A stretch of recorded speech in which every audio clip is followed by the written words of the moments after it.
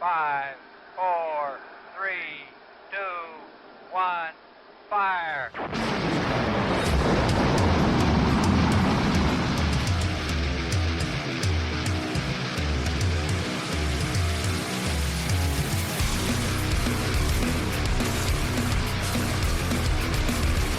We Find Wrestling. One promotion, one event, one match at a time. We are the Indie Wrestling Experience with Bob and John. I am Bob. John, what is up, man? What is going on, everybody? Bob, how are you? I'm all right, man. Struggling with this, as you know, trying to get through this home buying situation. And it's making me insane. Whoa, hey now. Welcome to being a grown-up, brother. Yeah, I know. You would think I tried to avoid it as long as possible. But Well, 22 years, pretty good. That's right. But I'm not the only one with some grown-up news, John. Congratulations are in order, my friend. Thank you. Yes, my daughter is pregnant, and we found out this weekend we're gonna have a little grandson. Woohoo! So I'm gonna get a little rowdy pooper in the house. Rowdy pooper. I didn't even consider that one when I was sending you baby costumes. All right, that one's a good one. Sorry, man. I've had a couple days to think about it. Hey, That's the best I got after 4 days. Any of you really, really old heads in here might actually get this joke. The rest of you who, were born only in this century may not, but John's going to get that collect call from the hospital from Jada, "We had a baby eats a boy." You remember that commercial? I do. Yeah, so collect calls were a thing you used to do on these phones that you could find around town. Right. And it They was weren't in your someone else's pocket, people. dime. Oh, see, a dime is never mind. That's a dime, Bob. People know dimes. It's pennies that have been forgotten, man. Nickels coming soon. Oh my God! Speaking of nickel, you remember my friend Harsha when we were kids. His grandfather. Harsha. When we'd go to his house, his grandfather would pick up the phone and go, "Your nickel." So that's even way back. Oh man! So I just threw a bunch of notes up this week and watched a bunch of stuff while it was snowing like crazy. How much snow did you guys get? We only ended up with, I don't know, maybe about 2 inches. Nice wet snow, easy to shovel. The ground luckily had warmed up pretty good, so nothing stuck. So not bad at all. Like I said, it was funny to be Saturday doing this baby reveal party. It was about 55, 57 degrees. People are in my backyard, looking at the water, see grass. Nice day, right? And then I'm looking at the same yard the next day as I'm cleaning up from this party, looking at, snow-covered hills, man. I don't know.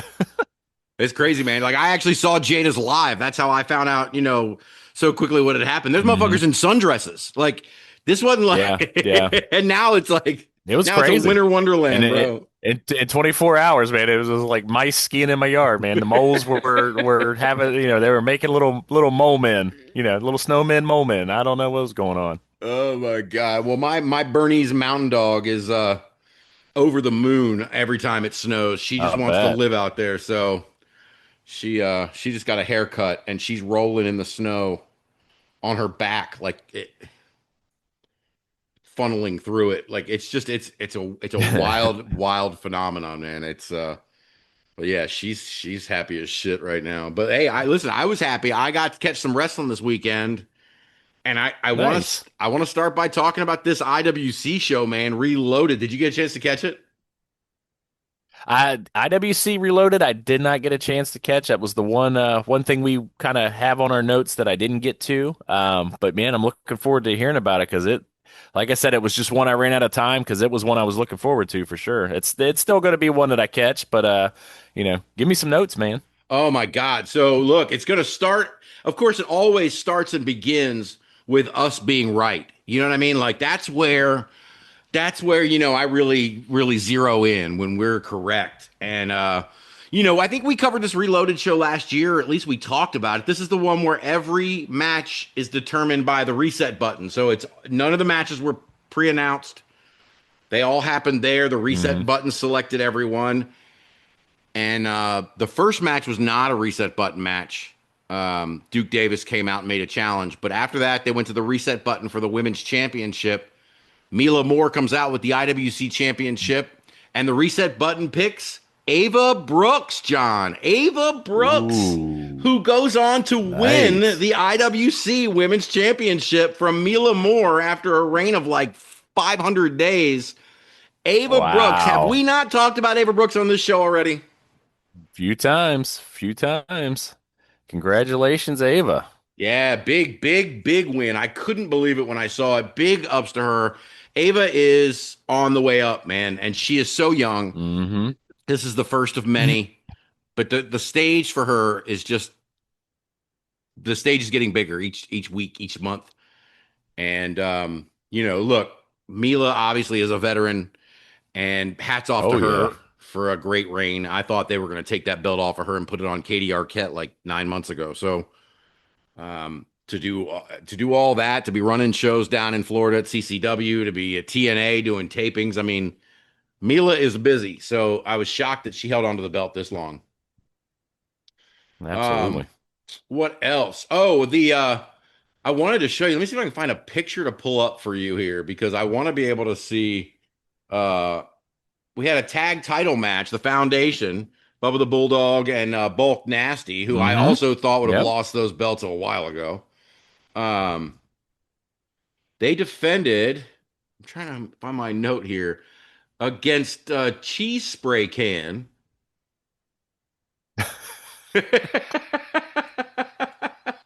I'm trying to Hey find man, this. I love me a good cheesecake spray can, man.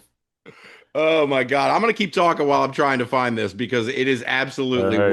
worth a look. But yeah, so that match was funny. I really thought like out of everybody's, they're doing the reset button show. And so if you're paying attention Mm-hmm. to, you know, each month if you're paying attention to IWC, you kind of know, you kind of get an idea of when titles are gonna come up for, Mm-hmm. like, okay, it's time for the women's title to get changed. Um, and so I did think that about the IWC Women's Championship. I also thought that about the tag titles because Bubba's a radio host. So, I can't Mm-hmm. believe they've held the belts this long. But when the cheese spray can came out, I said, oh, shit. Ain't nobody switching championships tonight. Oh, I'm trying to find it here. It's on the. I'm going to share the screen with you. It is that good. And lo and behold. Oh, going back up here. Yeah, lo and behold is right. While I'm looking, hold on. Oh, wait, here we go. Is this him? Okay, hold on. I'm sharing my screen with you, John. All right. Let's check this out.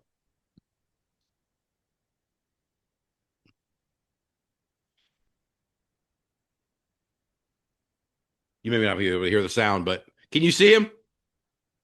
I can see him, yeah. Oh no. Oh. I want to try to get a visual. Look, the cheese whiz can. Oh my God.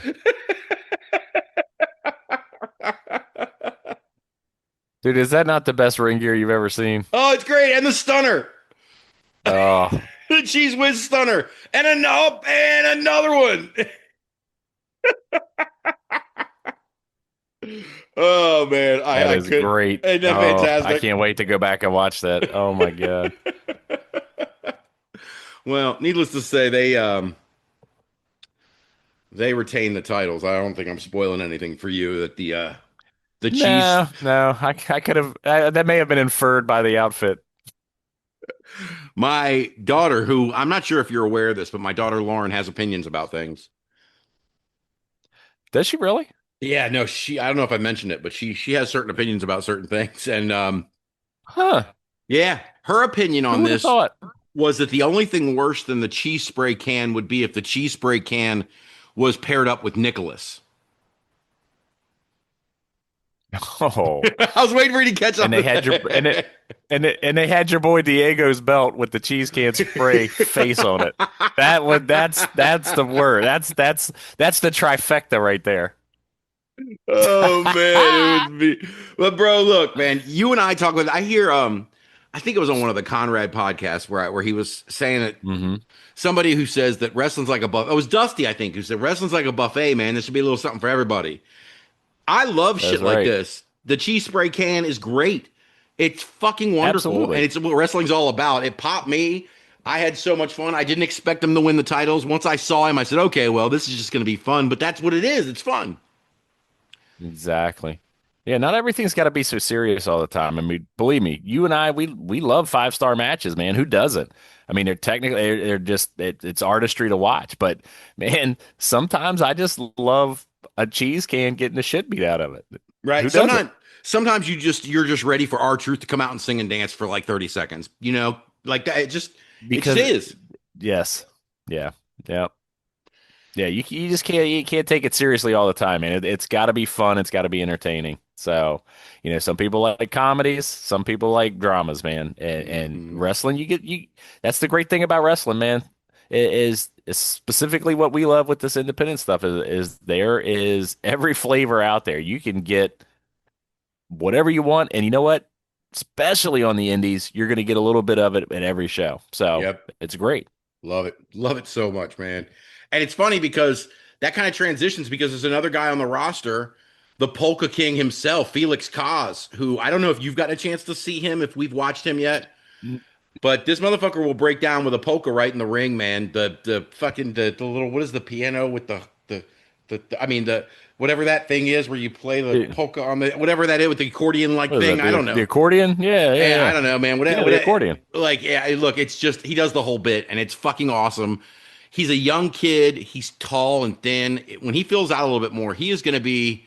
I'm telling you, this kid is the future. And I was really glad to see him win the Reloaded Rumble or whatever they call it for a shot for a title shot because at the end it was him and Bill Collier and I want to say Oh, Big Bill. Nice. maybe Zach Nystrom. And I'm like, okay, what? Like, they're Okay. just going to put it on one of their guys again. You know what I mean? But no, they went with the rising star, Felix Koz. And I'm so happy to see this kid, man. I want to see Koz and Jami Jameson. I want to see Koz be in the face of IWC here in the next year or two, man, because I think the sky's the limit for this kid. I'm very interested in your thoughts when you get a chance to watch the show. Yeah, I can't wait to check it out, man. Yeah. Well, the other thing I wanted to mention on the show that was fucking awesome is the champion, Jami Jameson, who just beat Duke Davis, we talked about a couple of months ago. Hmm. Yeah. Jami Jameson's a hardcore guy, and there are death matches and blood and guts and table. The very first show I covered for the Indie Wrestling Experience blog was IWC, and Jami Jameson was on it in a tables match that ended up in the back of the arena. Oof. So it wasn't a surprise, but it did pop the shit out of me when the reset button for the main event heavyweight championship match picked Atticus Cogar. Dude, that shit was Oh, good. And Otis was there and Otis got involved. It was so good. And I'm yeah. shocked. Listen. I Yeah, was we I'm love shocked that, Atticus, man. that Atticus takes the Absolutely. pin. Hmm. I didn't expect the GCW champion to take the pin, but there he goes. That's a big deal and a big match. And it was violent.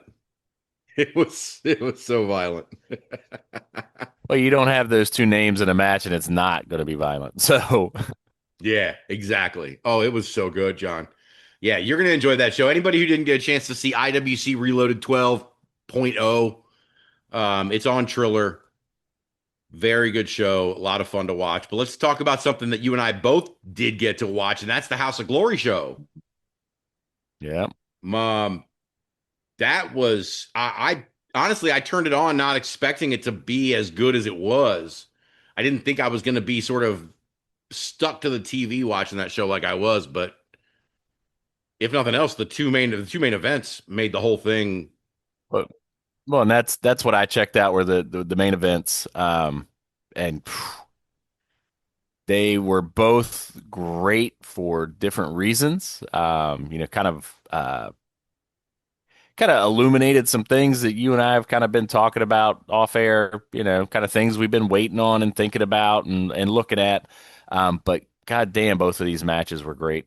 They were good. So Yeah. And look, Let's start with Charles Mason and Andrade. Charles, Oh, we've been talking about Charles Mason whew. for months, and this is just another notch on the bedpost or whatever you want to call it for Charles Mason because this was just as good as all the others. Mm. He just keeps getting better and better and better. I didn't care for the ending, but I think that was to protect Andrade. Don't care. Loved it. Mm-hmm. No, and the ending of it, I mean, I know we're going to kind of jump around in the match here, but yeah, the ending popped me so good, and it added a layer of what Mason is, right? Mason is he's a fucking psycho, man. He's a psychopath, right? He's got the count out going, champion's advantage, man. You go running toward the ring and nope, Andrade, you can have this one. And that look, Right? the eyes, man. Ugh. Dude, oh my God, dude. Andrade is probably one of the best professional wrestlers going today, right? I mean, you agree with me? I mean, Yes. out there, you're not going to name me too many more that are better, right? In ring.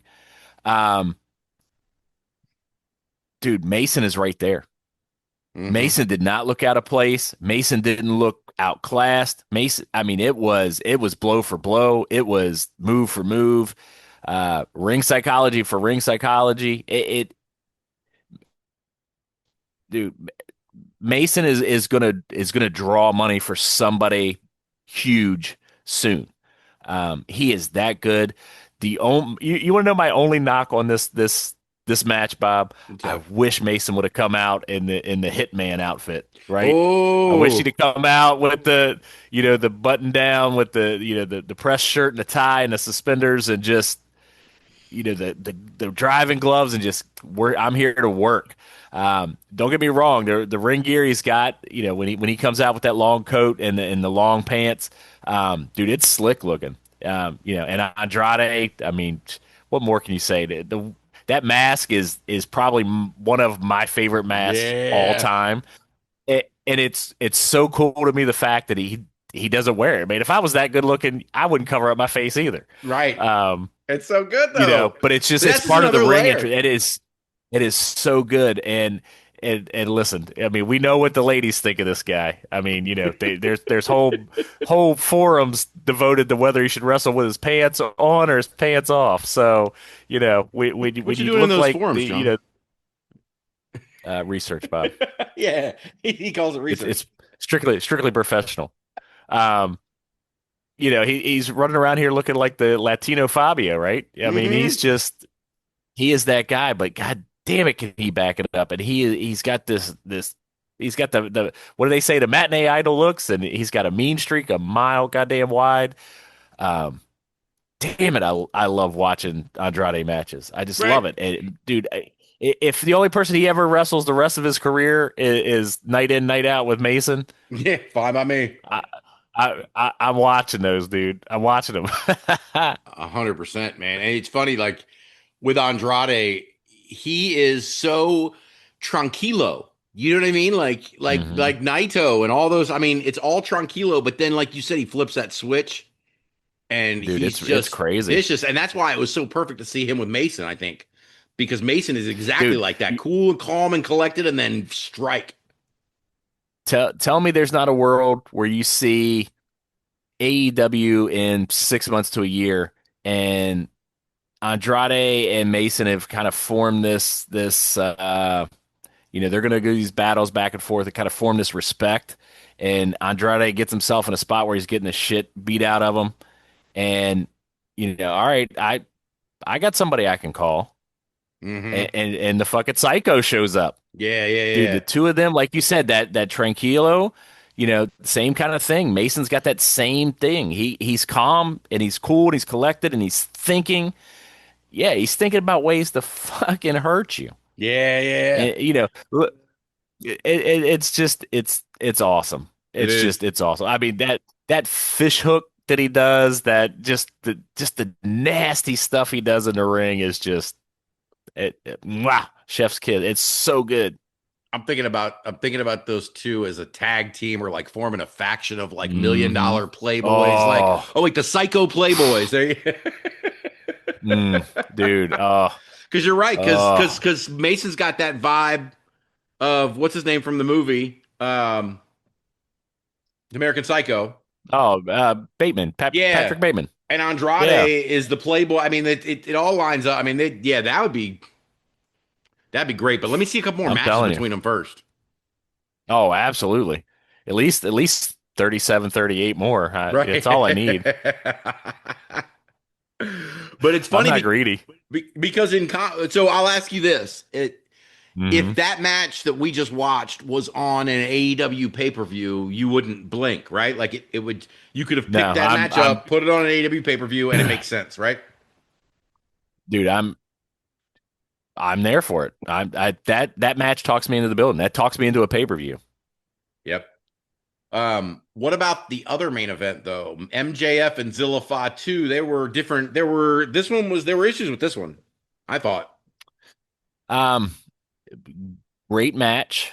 Um, I came out of that with kind of the thought that MJF, every time I see him, I don't know why I'm still surprised, but he's better than think he was the last time I saw him. Um, I don't know that there's anybody doing any better heel work anywhere right now than MJF. Um, He's so the good. flip side of that was Zilla, who you and I have talked at length. I mean, we love Zilla. We kind of view him as this kind of the second coming of Jacob Fatu right now, right? He's kind of on that Absolutely. same career trajectory. I mean, Jacob can do anything in the ring, but there's some stuff Zilla can do that Jacob, just by virtue of being a little bit older, I think, doesn't or can't do. And Zilla's just got this ceiling, but we keep hearing all the things about Zilla. He's in his own way, kind of who he's running with, these kind of things backstage that are kind of holding him back. Um, you and I kind of had the same thought, I think, watching this match is that I don't know that I've seen a match where I felt Zilla kind of shrank in the moment a little bit. I don't know if it was just who he was in the ring with, maybe he, a little bit starstruck, a little bit intimidated is not the right word to use because I don't think there's anybody that could physically intimidate any of those Samoan guys, let alone, specifically Zilla. Um, but just in there with a guy that's at the top level that MJF is at, I can see where that would be, professionally speaking, intimidating, right? And so you and I kind of saw some of the same things. Zilla kind of seemed hesitant at points. Yeah. Like, I'm trying to impress this guy. I mean, they're roughly close to the same age, I would imagine. So I'm trying to impress this peer that's at the top of the heap right now. Um, it wasn't a bad match by any stretch of the imagination. It was hard hitting. It was well thought out. Um, MJF looked like $1 million. Zilla looked like a killer. Um, and it was, I think you and I talked about it off air. It was a great match for House of Glory. I Yes. don't know that it hits as good on AEW in front of a bigger audience, a less niche audience, right? A broader audience. That's the word I'm looking for. That may not get the nuances that you and I are looking for. Um, and that just kind of struck me as, man, maybe Zilla needs some more time. Maybe there's a reason that, they're still kind of holding off on Zilla. Me personally, I I think Zilla's the guy that you kind of put him into deep water and he's gonna learn to swim real quick. Um, I just don't know that everybody's gonna invest that kind of time and money into him just yet, and they want to see some more. I don't know. Um, don't get me wrong. Dude, I'm still down for Zilla matches anywhere I can Oh get them. yeah. Um, and believe me, he will be sooner or later. Somebody's going to come knocking, and he's going to blow the door open. And I'm there for it when it happens. I just don't think it's after this match. I just don't think it's yet.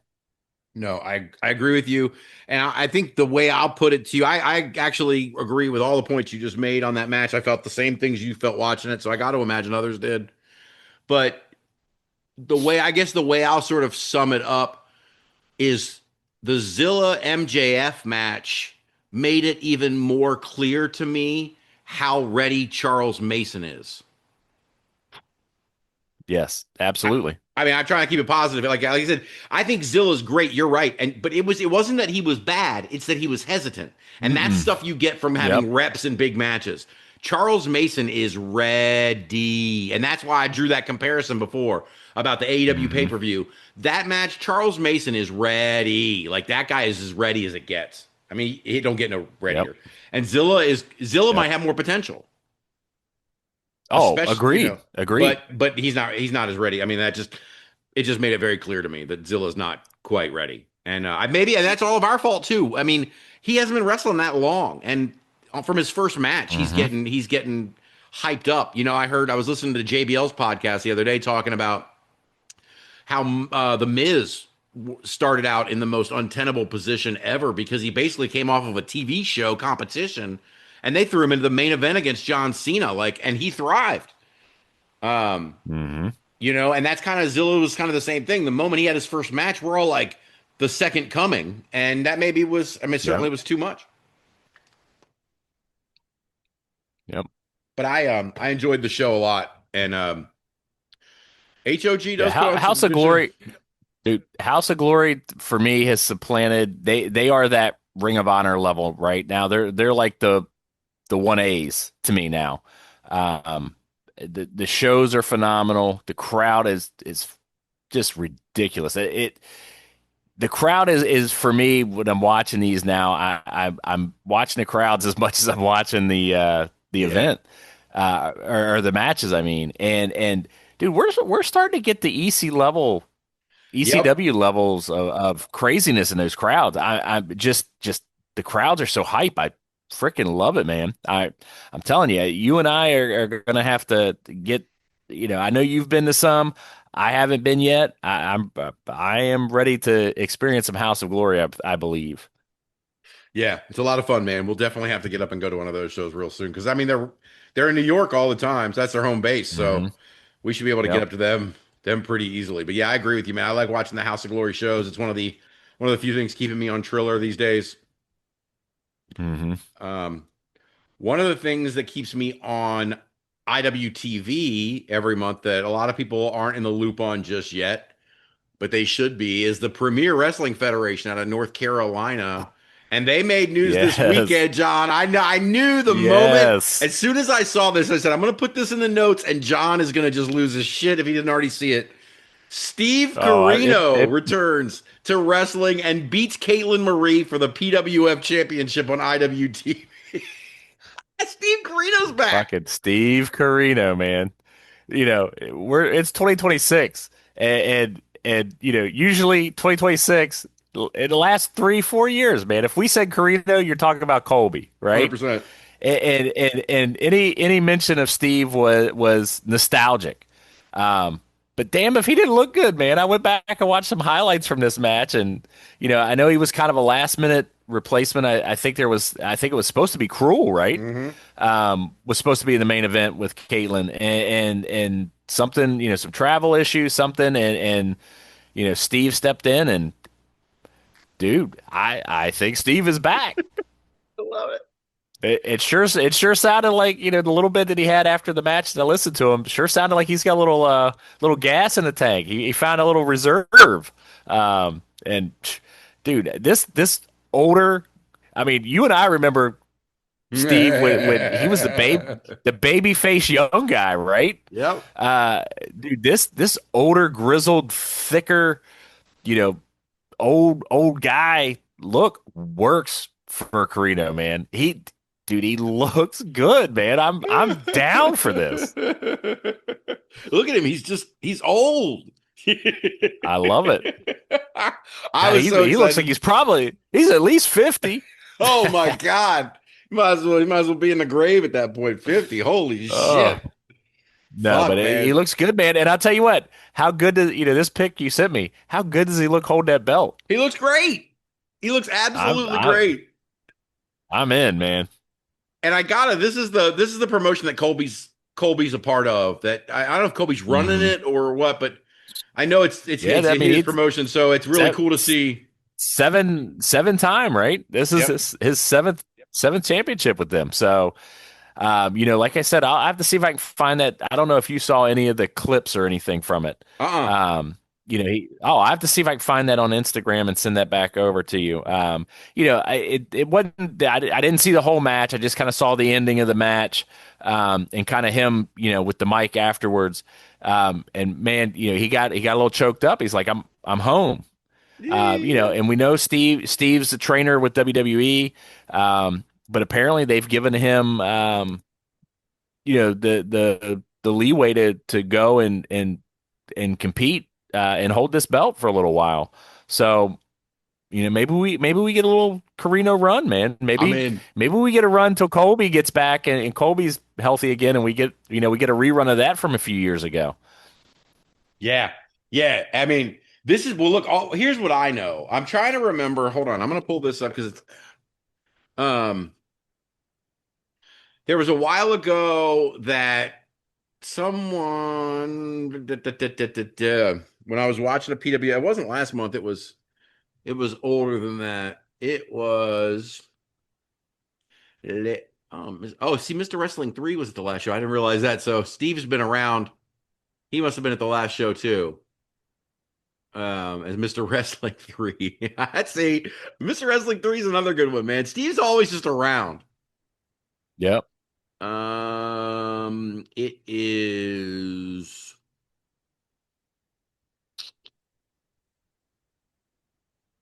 Gonna make me angry here.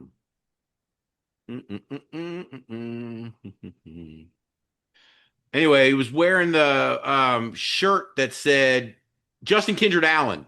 Remember the Allen boys from that show? We watched the four Allen boys. Yes. Justin Kindred Allen was wearing a Yeah. shirt that said, "I broke Colby's neck," Yep. and I want that shirt. Oh, Mama Allen. I remember talking about Mama Allen. But yeah, so that's cool, man. I didn't know Mr. Wrestling 3 had made an appearance last month. So that lines up with Carino being back. So very, very cool, man. Congratulations to him. And I'm definitely gonna watch PWF next month to see where this goes. Yeah, Uh it was. Listen, never gonna get tired of any of the Carinos, man. They wrestling family to me, wrestling gods to me. I'm that's it. good. Wrestling has more than one royal family. That's right. Well, I wanted to make one other note, and that was just a WDWA. I don't know if you saw over the weekend out in West Virginia, we got a new champion. I thought DeMarcus Kane was their champion. I guess he vacated. But Mr. Grimm wins a match against Ty Awesome. And I don't know. Have we talked much about The Mr. biggest. Grimm? I don't think we've talked a whole lot about him. I know a little bit about him. The biggest high flyer I've ever seen. I mean, that guy does some stuff that makes no sense to me. I know there are laws of physics, and I don't think Mr. Grimm knows anything about them. Well, apparently he's on a belt collecting spree as well. I didn't know, but Dude, his Instagram is him with a whole lot of gold, man. yeah, it is belt after belt after belt, man. And it's funny because on this same show, I thought Tiffany Grady was going to be Hmm. the one who got dethroned. Sorry, Tiff, but she ends up beating Calypto, and then it's Grim.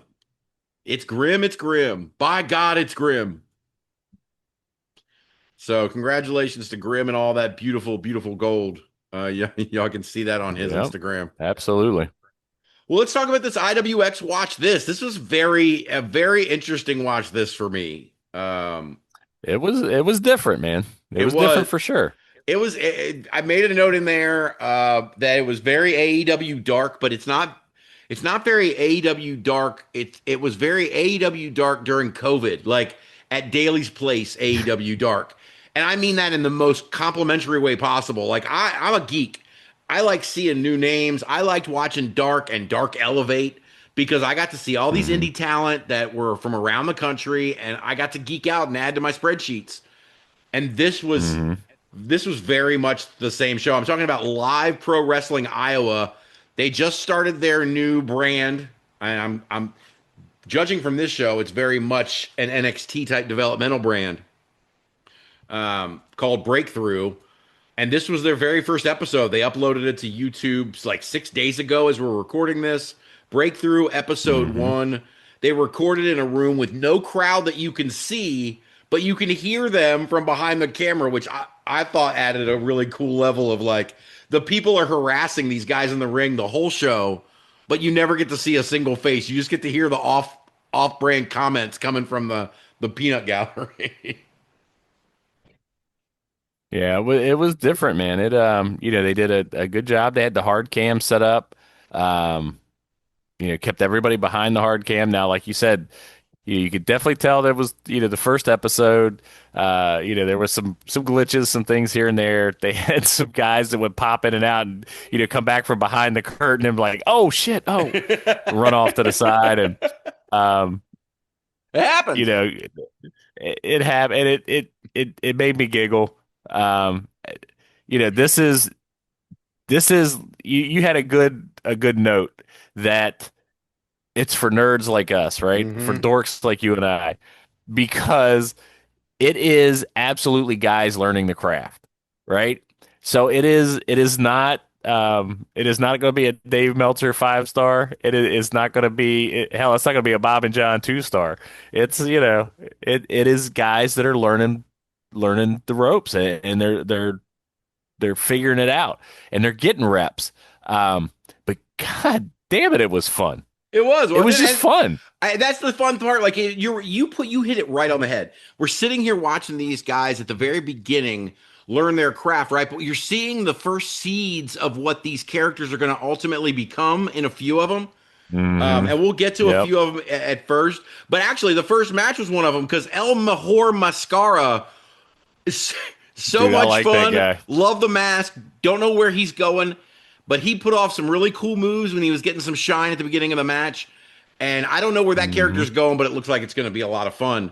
Cal Cassidy, on the other hand, is a big bad dude. And maybe a little, well, based on the way he speared Mejor out of his shoes, I'd say maybe a little further along. But I like Cal Cassidy, too. That's a big boy. Yeah, he's got a good look to him, and you put a note that kind of popped me, man. Third outrunner. Oh, yeah. Listen, you did that just for me. I know you did. I get you. I see what you did there. But yeah, he is especially in the context of this being a much smaller promotion, much smaller kind of thing. He's got really good size to him, dude. And he moves pretty good in the ring. I think he's definitely a little bit ahead of El Mejor. But yeah, he's got some potential too, man.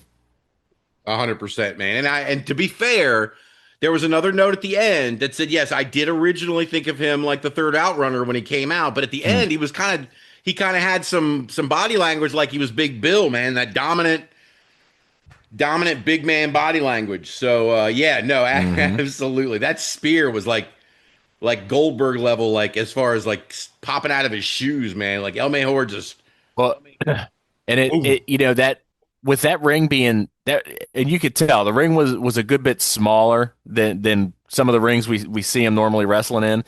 And so El Mejor coming off the ropes and it being such a short distance before he hit Cal, dude, that spear just looked, I mean, it just looked like it did not feel good at all. I mean, it just folded my boy up. I don't know how he didn't pop out of more than just his shoes. Seriously. But did I hear someone from the crowd yell that Cal smells like pickles? Did I hear that correctly? Did you hear that too? Smells like pickles. I heard it too. The crowd was, a lot of times you and I are popped it was by the commentary team, but the crowd was popping me this time, man. They were just saying the dumbest shit. It's so good because you know exactly who's in the crowd. It's all the other wrestlers that are watching the match because they want the guys watching and critiquing and learning by watching, right? Right. So you know exactly what they're doing. But who's going to rib wrestlers harder than other wrestlers, man? Exactly. And that's why I said it gives you You the know? the dark vibe from COVID, because that's what we had at Daly's Hmm. place was all the guys, all the boys, they were all around the ring harassing people. And you just got Yep. so much good like dialogue, and like they know how to push Yeah. people to make them do certain things. I was loving it. Yeah. Like I said, dude, it was, this was a quick one. It was like, what, I think 45, 50 minutes. Um, the production on it was surprisingly It good. was very good. I was really, really happy with specifically like the cut scenes and how good they did at promoting their upcoming events. Yes. Was really, There's a really lot good. of stuff on my We calendar coming up we too. they got a lot of it coming up, and we see some much bigger shows that don't promote themselves in their upcoming shows as well as that. So that was kudos to them for the way that they ran that, man. I really, like I said, there was nothing about that 45, 50 minutes that I didn't enjoy. Yeah, man. Boom, boom, boom, boom, boom. That was the great thing too. Hmm. We got to see a whole bunch of talent in little bursts. Hold on, what was the next match? Oh, the next match was even talk about another character. Luke Luna is a freaking lunchbox. Dude, Luke Luna I versus Jacob love that Erickson, one. man. Comes The glove and the the bunny. Luna, right? The lunatic Luke Luna. You see, like I said, again, so cool that you're seeing, these characters are new. These guys are just coming up with this stuff. These aren't years in the making. These are new things. And to see the thought that's gone into it, right? Yep. And to see the potential in it. Now, whether they ever, these characters ever reach that potential, who knows? So, we're gonna kind of keep up with it. We'll find out. Um, but man, there's some Luke Luna's got some neat potential, man. Right. That the bunny, the Superman punch with the bunny. Oh, Come fantastic. on, man. The high five in the bunny. Dude, it was great. Right.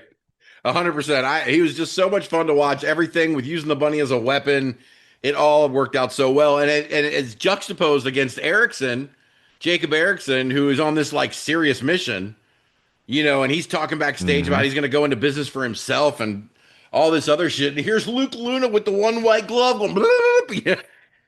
Ah! Yeah, it was a great juxtaposition of styles, man, for sure. Oh, it was. Let's see. What do we got? We got 5 matches on this thing. Jay Norton I and know, Spooky J. Jay dude. Norton, I Talk about a like Jay big Norton's boy. energy. Oh, Spooky J's a big boy, I isn't he? Spooky J is a big boy. But yeah, I'm with you. Jay Norton, man, there's something about him that he's just got a vibe to him, dude. Yeah. I don't know how to explain it. He's just I'm here. I'm pretty good at this wrestling thing. I kind of like it. I can take a beating. Yeah, this guy's pretty big. Yeah, I'm just gonna kind of hang around. I mean, it just he. I don't know if he's figured it out yet, but that's kind of where I think he needs to lean It's into is the wonderful. the kind of this apoplectic, just kind of like, nah, Right? right, nah, I'm Yeah. here. Yeah, I want to yeah, see it's good. this tag team. I guess it's him and Jack Sabbath are the altered.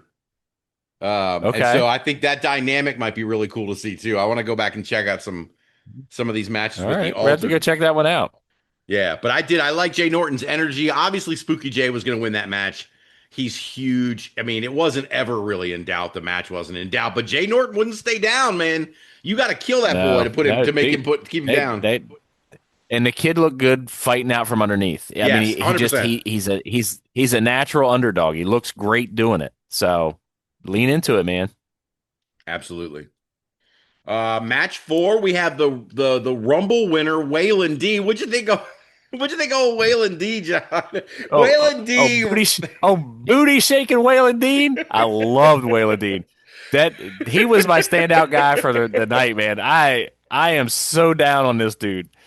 I love the look, man. He just like a little mountain man spark plug, dude. He just fire hydrant, just awesome. Yeah, he looked like he should, he looked like, you and Route 33 in West Virginia and Waylon D, Yes, like all in a big stew, man. Like it just, dude. he fits right up there with John That D. dude, this match was good because you had two big boys in there, man. I mean, Yep. they were fucking rumbling. But yeah, Whalen, dude, that guy has got personality for days, man, and he's got just Uh-huh. a smile, dude. When he would smile at the camera, dude, it locked you in. So he's another one, dude. He's got something. Um, don't know how far it goes, but I'm there for the ride, man. Absolutely. I had so much fun with him, and he's shaking his butt at Dean Wilson, and then the peanut gallery's yelling Wilson liked it. Yes, and Wilson shaking his head. No, no. Got his big pink megaphone. I was like, and you want to talk about the third member of a tag team? He was like the dysfunctional heart foundation member or whatever with that I know. damn megaphone wouldn't go off, and like I loved it. Uh, I loved yeah, it all was of it. great. But apparently they're talking about they're crowning a breakthrough champion, their first breakthrough champion on March 28th. And I guess Hmm. Whalen is going to factor into that, having won the Rumble. So Yeah. we'll see how that shakes out. We know who gets our vote. That's who we're giving a vote to. No doubt. Let's No go. doubt. And then we move on to this Shake main it for us, event. Waylon. We get to see the Midwest title defended, Big Beasley against the head case, Shane Mackey. This is a pretty good match. I mean, it was the perfect kind of title match to have on a show like this. It was longer than the other matches, but not too long. Hmm. Beasley showed why he's the champion. But Mackey And, was and fun. both of these guys, yeah, both of these guys showed they are definitely, it was a step up, in terms of skill level. These guys knew what they were doing in there. Um, Beasley, Beasley's a beast. I Hmm. mean, it has a big guy, moves really, really well. Uses his size really, really well. Mackey, dude, that guy can just flat out fly. Yes. Looks great. Another one looks great fighting out from underneath. Definitely plays the small guy, but damn, he can sell. I mean, he sold everything for Beasley Beasley was trying to murder him, dude. Yeah. Oh yeah. I enjoyed the shit out of this match, and that dude, who doesn't love a good black hole slam? Come And they were on. calling for it too. The crowd called for it. Oh, And the 400 yeah, they were. horsepower and the whole like Beasley's got his thing figured out. Yep. And like you said, Mackey was trying to sell that black hole slam. That was after he hit the belly to belly or off of the sidewalk Hmm. slam coming off. I mean, it was like off the second rope into a belly to belly, then a sidewalk slam, then off the ropes and a bad black hole slam. The first one didn't really work, so they did it a second time. And Beasley put him away. I enjoyed the shit out of this match, and I like both of these guys. I want to see more from both of these dudes. Yeah, I'm definitely down to catch a few more of these for sure. Because, like I said, dude, if this is the level and the level of wrestling, and fun I'm going to get out of a showcase kind of show, and you're going to give me, 4 or 5 matches in 50 minutes, dude, I'm down for that all day, every day. Mm-hmm. 100% agreed, man. It was a lot of fun, guys. That was live Pro Wrestling Iowa. Breakthrough episode 1, the debut episode. It's a lot of fun. It's a quick watch. If you want to see what the next generation of wrestlers coming out of the Midwest looks like, this is a great place to start. All Yes, right. sir. Well, we got to get our interview in this week. We got Vito Fratelli joining us, and I think Ooh, let me nice. see if he's ready here. I think he collected more titles while I was finishing that sentence. He's another guy. It's possible that just Yeah, stacking them, it, stacking gold. it's crazy, man. NTLL, West Coast Wrestling Company, 3PWA. The list goes on and on. Like I said, I think he won more this past weekend. Let's get Vito Fratelli in here. Forget about it. Well, he does it better. Forget about it. All right, John, here he is, man. And look at that. Like, I'm stealing your line, John. I admit it, but I'm stealing it from before we hit record. Look at that collection of gold behind our guest this week, Vito Fratelli. Welcome to the show, Vito. You're looking at the godfather of lucha libre, the made man of professional wrestling, the Southern California belt collector, Vito. Forget about it, Fratelli. Hell yes, man. Hell yes. It's so great to finally get you on the show. We've been talking for a couple of weeks, man. And I've been getting up to speed on everything Vito Fratelli, man. And like I said, I think you probably won some more belts while we were talking. So, Definitely. So tell us about Vito, man. Like our a lot of the wrestling we cover out here on the east is on the East Coast, and so our chances to get exposure out on the West Okay. Coast are not a lot. So tell us about Vito Fratelli. Man, so I've been doing this about 10 years this time around. I've really been start and stop for like the past 25 years. But this run has been consistent, 10 years strong. I came back in 2016. It was like, man, I'm not getting any younger. Let me give this wrestling a try again.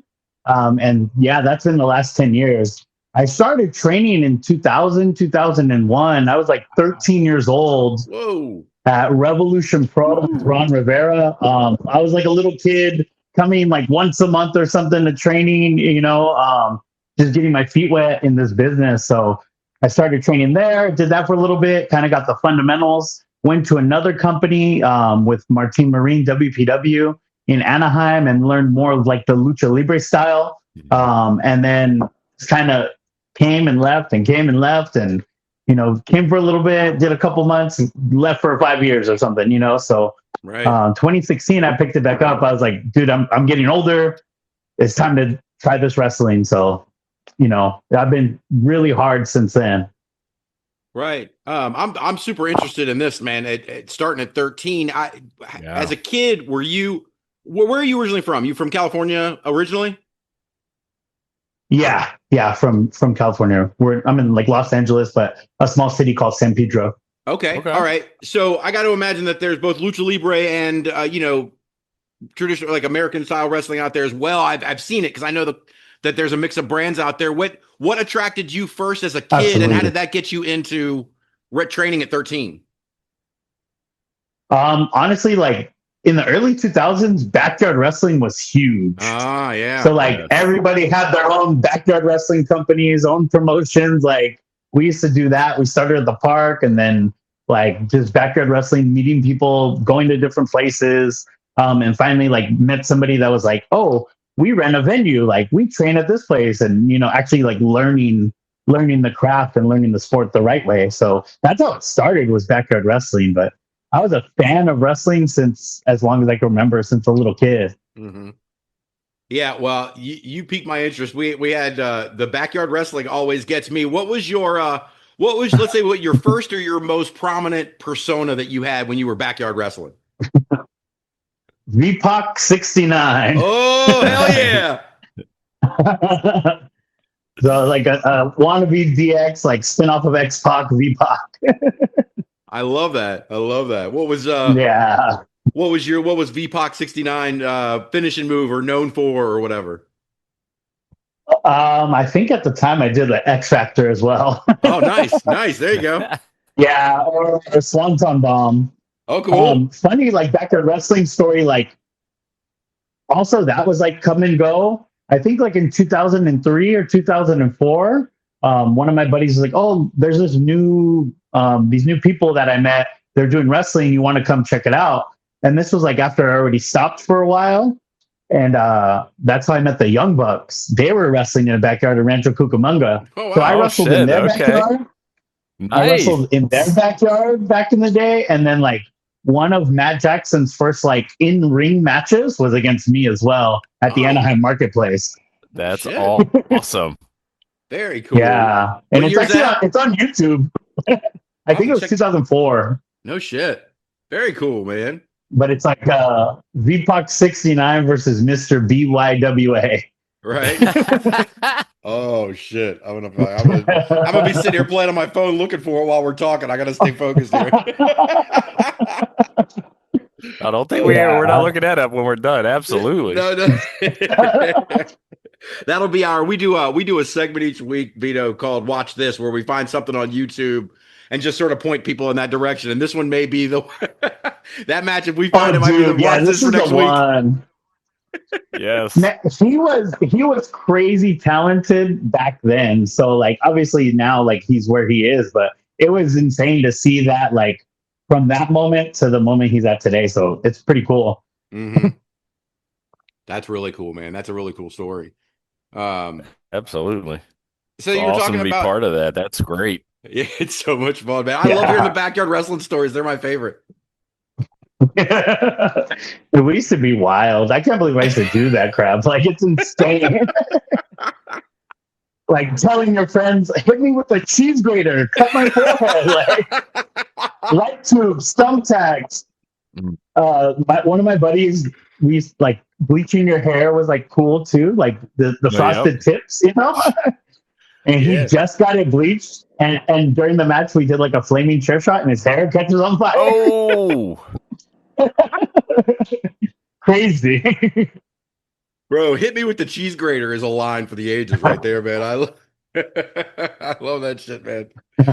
Oh man, I was gonna ask you though. So when I have some of the guys who did the backyard stuff on here, I always want to ask them, like, I don't want to, look behind the curtain at wrestling training. I don't want to ask any kayfabe stuff, but I want to know, like, obviously, when you're doing something untrained, and then later you go to train, you find out that there were certain good things that you learned from doing backyard wrestling untrained, and then there were certain habits that you probably had to completely break down and put back together again. Which ones were those for you? Man, I think initially the hardest thing was just learning like ring awareness, how to run the ropes, like real basics. mm-hmm. Like doing that backyard stuff, you're emulating what you see on TV, you know? So like you have an idea of the moves and how to wrestle and stuff like that. Obviously, we're not doing it right. Obviously, we're not doing safely. But really learning the basics, the fundamentals was the hardest part. Yeah. I've had a lot of guys tell me that their promos were they really worked on their promos a lot there, because you can just play around and do a lot of different things if you're doing promos. Oh yeah. Yeah.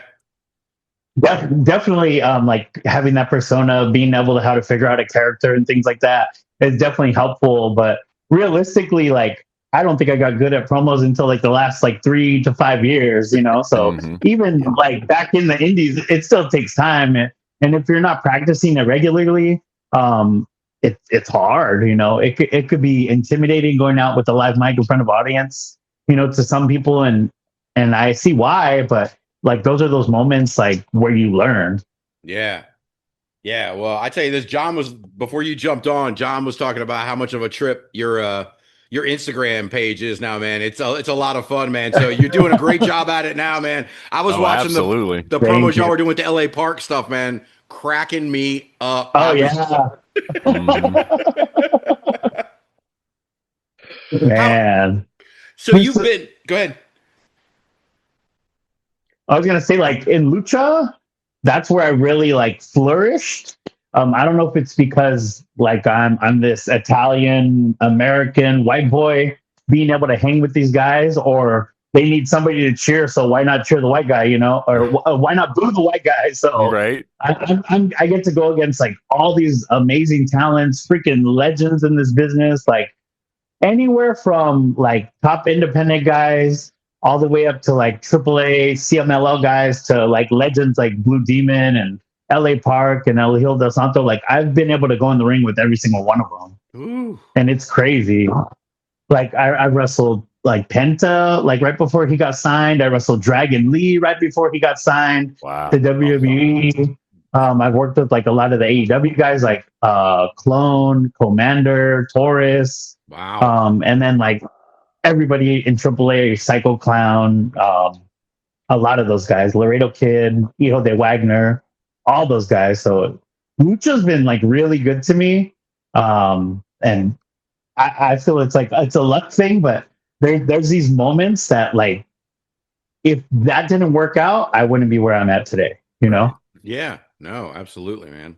I tell you what, man, I was curious though, the Italian forget about it Vito character. I've seen that you've been down in Mexico. How does that character play down there? How do you play it down there? Man, I bring my flag. I'll sing the Italian national anthem. Like I get mega heat out there. That's what I was hoping to hear, man. Like it's so easy to do the American thing, right? Because it's obvious, but like being Italian puts a little twist. It's the same concept, but it puts a little twist on it. Right. Mm-hmm. And like Which our flag is so similar, so I'd be like, my flag's better than yours. Like it doesn't have that stupid eagle on it or whatever, you know. Like Right. it looks like the Mexican flag. And dude, like even you for said, me, it's the just fans, it's something unique, man. That's what's getting it over. That is awesome. yeah. That's so neat, man. Well, you were telling us about how you sort of had you were in wrestling and out of wrestling and into wrestling and out of wrestling. How did that work? How did real life take over and force these breaks for you? It was definitely a lot of that. When I started out real young, like it was a short amount of time. I was probably there like regularly for like 6 months or something, you know. And left for a few years and then got back into it and then left for a few years. Like family, having kids, things along those lines is definitely what kept me away from it. Kids got a little bit older, you know, been able to take care of my family a little bit better. So I was like, let me try this wrestling thing again. Hell yeah. But yeah, life is definitely what changed it. Me leaving, but even like losing interest in it as well. Like, because I was really into music for a while, or I played in bands and stuff like that. So it's like wrestling has always been there, and I know it was always going to be there. So it's kind of like it came and gone for that time period, you know? Right. No, absolutely. So now that you're back, you've just been on fire. I know you said 10 years, but really what I've been seeing is this huge, like since COVID, since the pandemic, Vito Fratelli has been all over the place. That's when I noticed this huge jump in your presence everywhere, man. What do you attribute that to, man? The success and taking off like you have? I think right before the pandemic, I was really like starting to hit in different places, and then like that crushed everything, right? So during that time period, I found somewhere that was open still, and I was training, and I was training hard, and I was working on myself. And when it came back, like I entered at a whole nother stock level, you know. And I've got all these crazy opportunities that would just come my way, and I took every single one of them. You know, I never said no. I worked my ass off. Like there was like a year where I worked like 130 matches in a year. And like, I think it was 2022, like cage match. They do like, you can rack and stack like how many matches somebody's worked in a year. And I did the whole database out of like, it was like 9,000 wrestlers. And I was in the top 100 of 2022 of top 100 wrestlers out of the whole world as far as most matches go. So it, like, all those opportunities led to just something bigger, something greater, you know, like winning championships, getting to wrestle with bigger names, bigger stars, former WWE guys, top independent talent, like big time lucha libre stuff. So I remember there's like one moment, very specific, wrestling Blue Demon. It was my first time wrestling in the Auditorio de Tijuana, which is like a pretty big arena. It holds about 5,000 people. My first time wrestling there. And I was like on a mid-card match. I think it was like third or fourth match versus just another guy, right? And I get to the venue. The promoter pulls me to the side. He's like, Vito, I need a huge favor. You know, this guy didn't show up. I need you to wrestle Blue Demon tonight for the title in the main event. Blah, blah, blah, blah, blah, and all this stuff. And I was like, yeah. Like, you're ribbing me. Like, I totally thought this guy was just messing with me, pulling my chain. Like, I didn't believe it at all. I was like, yeah, whatever you want. Like, I've heard it a million times. He's like, I'm going to make you a star. And I'm going to do this for you. He's like, but when you wrestle with TJ, you can only wrestle for me and blah, blah, blah, blah, and all this stuff. And I was like, yeah, okay, cool. Sounds great, guy. You know, and I get to the back and I look up on the call sheet and it shows me and Demon main event for the heavyweight title. I was like, no, what's just not happening? Wow. And like that one match is really what took me off in a different direction, like in Mexico. After I got to wrestle Demon in front of 5,000 people, main event, heavyweight title, and I held my own and I kicked his ass and I ripped his mask and I bloodied him up and we had like this phenomenal match. I got to work in Mexico City after that, and I got to do like these little mini tours after that, and then like other people starting to see me. And there's a YouTube channel called Mas Lucha that produced like a ton of content in like the lucha scene. And so I got to be on like in that programming. So like my name just blew up from that. And it's literally like that one moment could have made or break the next, 5 years. And I could have went out there and did horrible and let my nerves get to me and Right. all these things. But I went out there and kicked ass, took names, and made a name for myself that night. Right. Very cool, man. And so that match, I'm assuming, with Demon turned out really well. Yeah, definitely. That's awesome, man. That's so cool. Literally, out of like all like the lucha like legends, I've probably wrestled Demon like 15 times at this point. Wow. Yeah, so it's cool. It's crazy. Yeah, it is. Have you gotten to go anywhere internationally outside of Mexico? No, I haven't. Like Japan is like the next dream for me. Like the next goal is definitely Japan.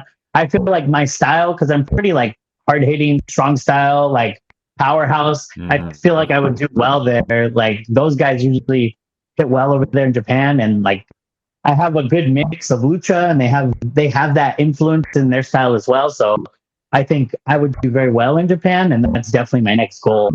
Yeah, that's what I was thinking when I asked. Was has this guy been to Japan? As the opportunity come up, because you look like you do. We were talking before about how they like the big, strong guys from over here, and you really fit that bill, that Scott Norton kind of look, or that like, yes, they love big those guys over there. Man, like. Yeah, and that heel shit with the Italian flag would go nut. That would go great over there too, man. It would be so cool. You could run a whole faction over there. Yeah, right. Dude. Oh man, I forget his name. Who's that? Your manager in the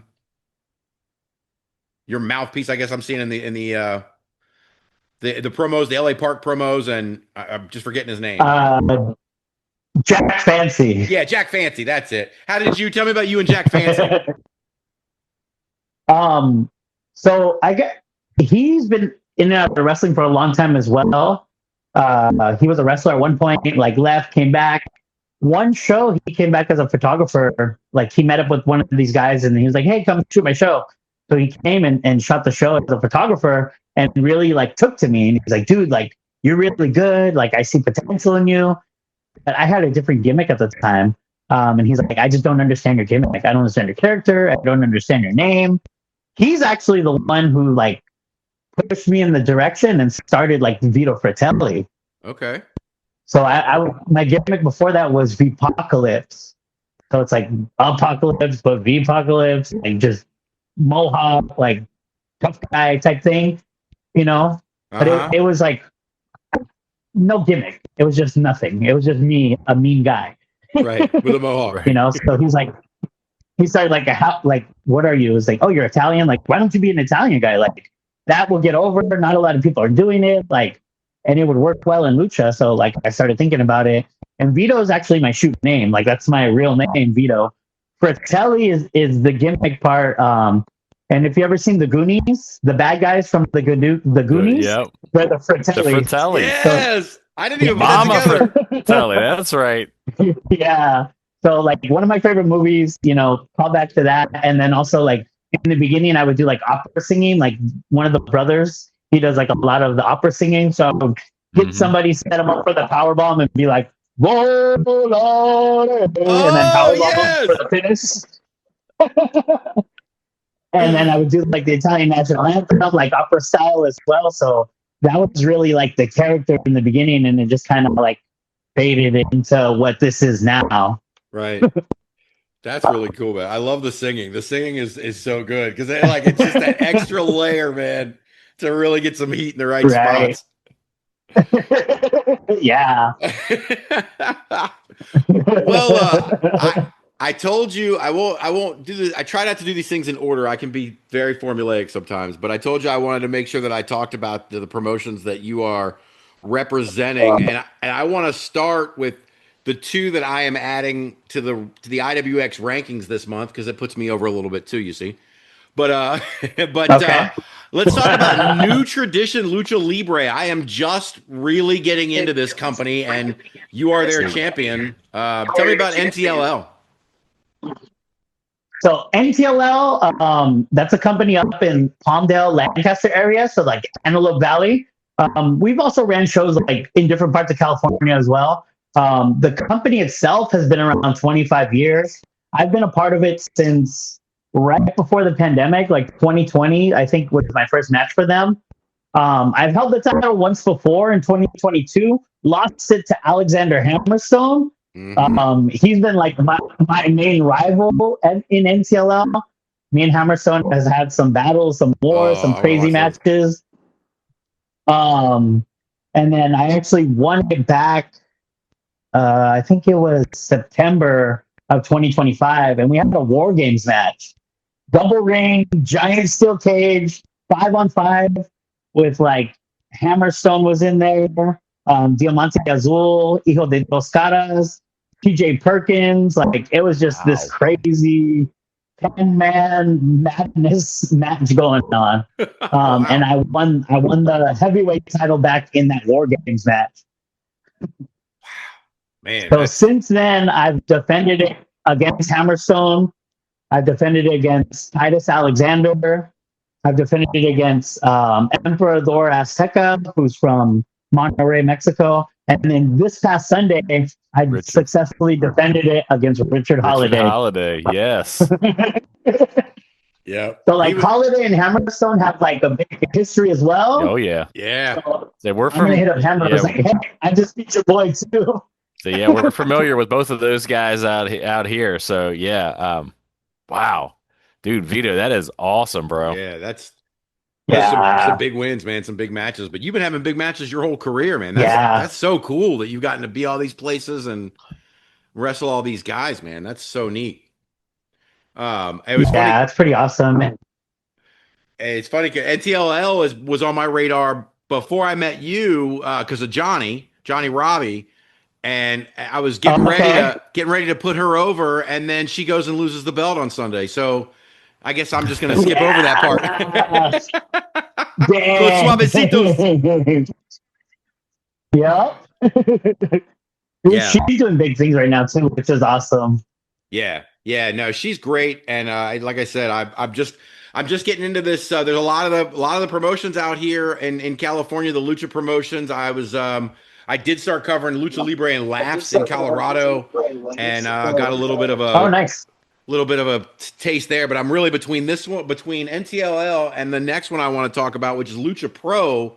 I'm definitely getting I'm dipping more than my toe in the water of Lucha now. So tell me a little bit about Lucha Pro. Okay. Lucha Pro is a cool little company in South Central LA. This like old school, like beat up, jacked up venue that everybody loves. Just like as nitty gritty as possible, like just that's the definition of like old school lucha, that building, Mm-hmm. And I think that building's been holding shows for like over 20 years as well, which is cool. Yeah. Really I just came back to Lucha Pro a couple months ago and then won the title back as well. So pretty cool. Is that your second time with that championship? I think it's my third. Oh, damn. I think I won it and lost it, won it back one time and then lost it. It's been about 3 years since I wrestled for Lucha Pro. I think 2022 is the last time I wrestled for them. So I came back at the end of 2025 and then won the title back last month, I believe. Damn, that's awesome, man. It's so cool, man. Yeah. I just love this, man. I love when guys go on, and John will tell you, like, I get wrapped up when guys go on belt collecting runs, guys and gals. It's just the most fun, and to see people just dominate, and like like I said, you're just taking over the state of California with all these championships right now. So like, I'm here for all of this, man. And it's crazy because like it'll just happen. Like I think I've had like 2 or 3, and it was kind of like balancing between that. I would lose a couple, win a couple, like always in that title picture, pretty much wherever I go. But like, things come and go. Like you can't be on top forever everywhere, but like right now I have 7 belts. 7 different companies are like, you're the guy, you're our guy, you're the champ, which is insane. At this point, I'm going for the Ultimate Dragon. I'm going for the 10 belt. I want to take that one picture with 10 titles, and I'm good. Hell yes. I am here for that picture, man. That'd be awesome. How old are I you? think in 2022, I had about 7 in 2022 as well. 7 or 8 it was the most I had before, but I never took the picture with all of them. Right. I think I have one picture with five belts, but I want to get that 10 belt picture. Dude, Yeah. that's crazy. It's nuts, isn't it? Yeah.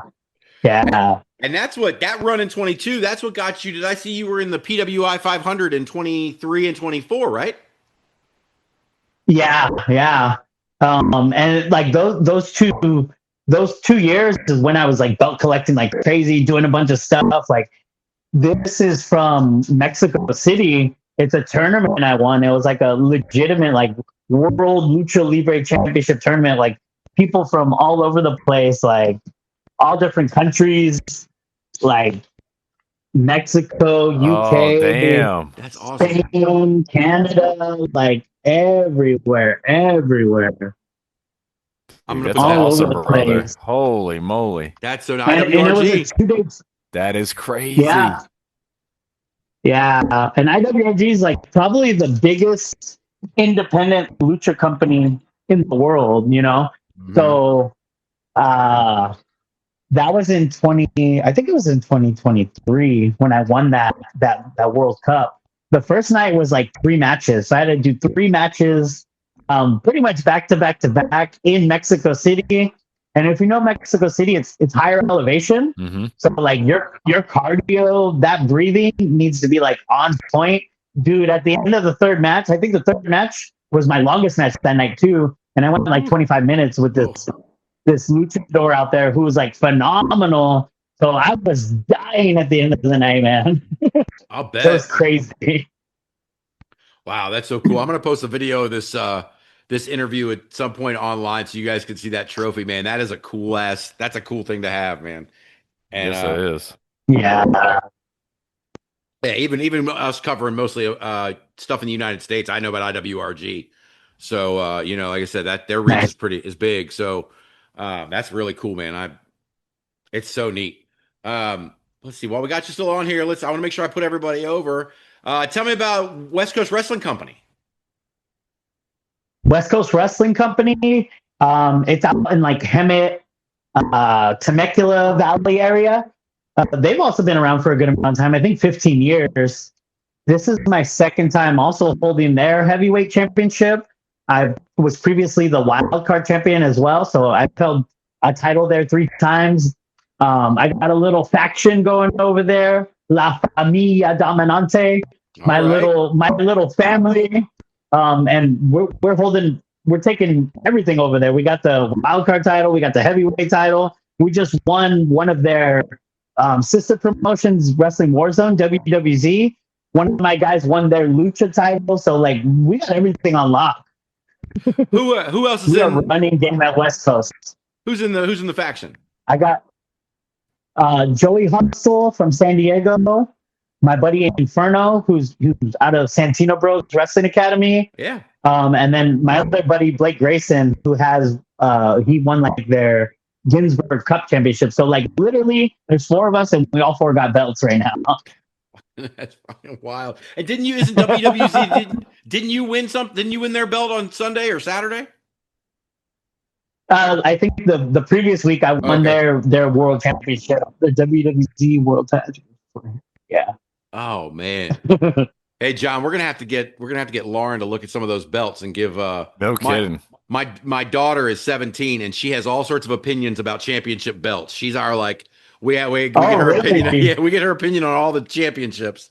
So I'm gonna have to show her all these ones in the background. Oh my goodness. Man. It's cool. Like every belt is different, you know, every belt has its own look, its own design, like they feel different, the straps are different. Like I've had like the white strap, black strap. I've had a red strap title before. Like it's just cool. Like I don't know. I've always loved championship belts. Never thought I would be like this crazy like belt collector here. But it's awesome. Like because I mark out over the stuff too, you know? Like, Yeah. Yeah. So you're a belt guy. Are you a belt guy when you were like younger? I mean, like into the. oh yeah, definitely. Like my favorite championship is like the WWF Winged Eagle. Yes. Like that's always going to be Oh, my all-time yes. favorite. And even like that whole like '90s era, like their tag belts, the IC with the white strap, the Winged Eagle, those are my favorite titles of all time.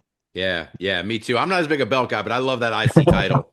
I love that IC title because when Warrior Yeah. had it at different colored straps for that whole year, and then Yeah, that was cool. yeah, so much fun, man. Who else do I need to cover while I still got you? Oh, let's talk about 3PWA. 3PWA is out in Corona. So Corona, Riverside County, they used to be like more here in Orange County, but they recently got their own building. So they're running a training school there. There's like two owners. D'Lo Brown is half owner as well of 3PWA. So like having somebody like that, like D'Lo Brown, former WWE, like big time, European champion, Intercontinental champion, hardcore champ.